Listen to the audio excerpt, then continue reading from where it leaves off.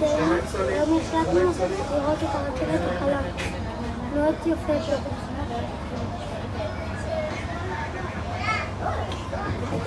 אז אנחנו נמצאים כרגע בפתח תקווה, וזאת הרכבת.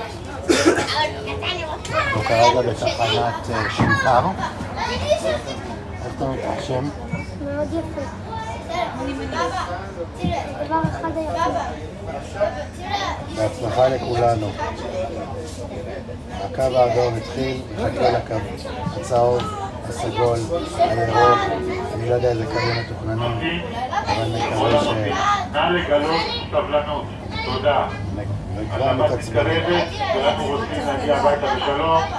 תודה רבה על ההבנה. שבת שלום לכולם. תודה. ויש תקלה כנראה. נדווח.